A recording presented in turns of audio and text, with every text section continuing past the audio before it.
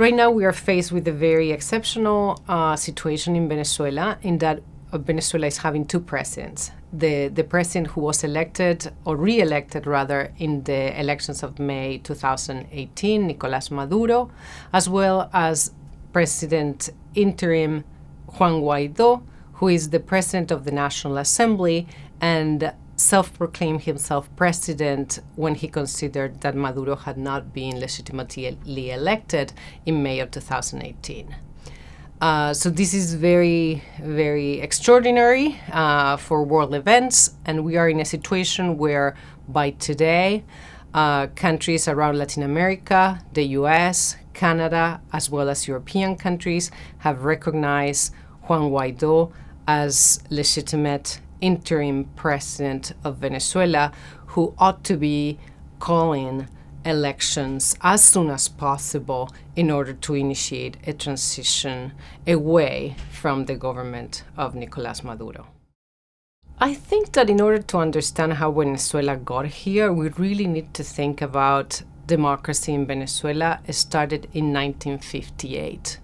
At that time, the major political parties came to sign what it was called El Pacto Social, or the Social Pact, by which they agreed to share power in order to terminate a military dictatorship that was in place at the time. That pact gave Venezuela what many other countries of Latin America did not have during the second part of the 20th century, which was political stability. However, the effect of this pact was also to exclude sectors of society as these two parties became more and more entrenched in power. It was in that context that Hugo Chavez comes to power in the late 1990s. He had appeared to the national scene already in 1992 when he tried to stage a coup against the democratic government.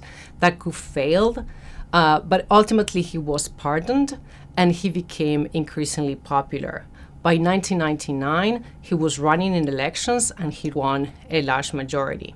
Since then, the country became exceedingly polarized between the Chavistas, on the one hand, who were proposing radical, progressive social transformations that were largely favored by the people, and the elites, who were staunchly anti-Chavistas.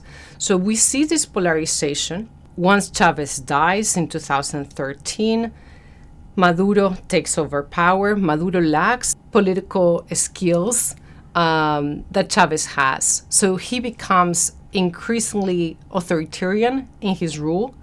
By May of 2018, the opposition decides to boycott the elections. So only 46% of those who were registered to vote come out to vote.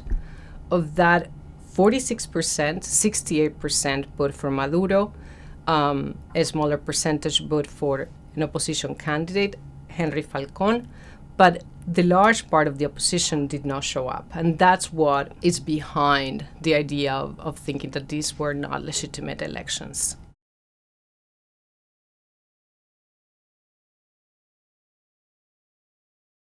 When I first heard of this, it reminded me of 1973, right before the Chilean coup d'etat, when Kissinger at the time said, we'll make the Chilean economy scream. And through sanctions, through freezing money going to Chile, made it almost virtually impossible for the economy to progress. I think these economic sanctions are very significant. However, I think also the international community is very cognizant of the humanitarian consequences that these economic sanctions can have. And this is why I think they are talking about sending humanitarian aid, which, if they find a way of bypassing the Maduro administration, who had rejected humanitarian aid coming from the US, then perhaps could counteract the negative effects that the economic sanctions could have on the Venezuelan people.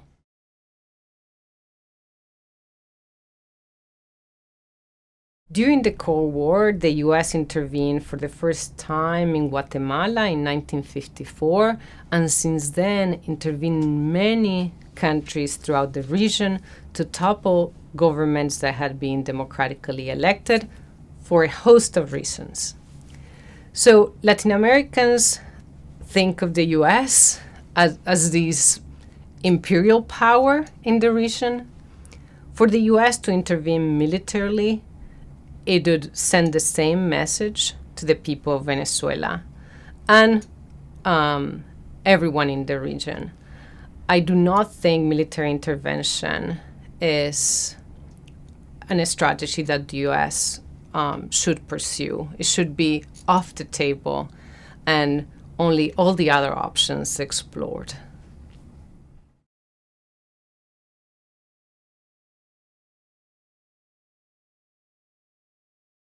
What I hope will happen out of this crisis is a negotiated settlement. I think that even with 20% of support for the Maduro regime, Maduro should step down. With far less people in the streets, presidents such as Fernando de la Rúa in Argentina or Eduardo Maguad in Ecuador left their posts with far less opposition, with crises that were very grave, but not as grave as this one. So my desire is that Maduro will take the amnesty that is in the table and that a peaceful transition towards a democratically elected government will happen. It is also my hope that the opposition will be able to come together and not persecute former Chavistas. There is a risk that the big hate that is instilled in Venezuelan society will lead to persecution and perhaps atrocities against those who are Chavistas. I think it's important for the Venezuelan society to do this transition in a way that will lead to dialogue and healing and not more hate and crime.